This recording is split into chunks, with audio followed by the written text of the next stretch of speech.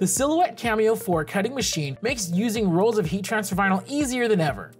One of the new additions to this cutter is the built-in roll feeder. With the previous CAMEO 3, the roll feeder was an attachment that was sold separately. But now with the CAMEO 4, you can simply slide the bottom drawer out, flip open the feeding flap, and then load a roll of material up to 12 inches wide.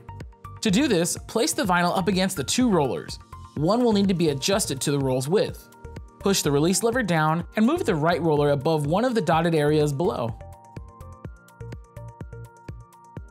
Pull the lever back up, then press the boxed up arrow to load your roll into the CAMEO.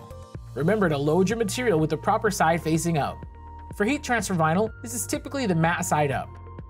Once loaded, you're ready to cut. Rolls are perfect for cutting multiple transfers at a time and cutting larger transfers as well. Buying heat transfer vinyl by the roll also saves you money versus buying it by the sheet.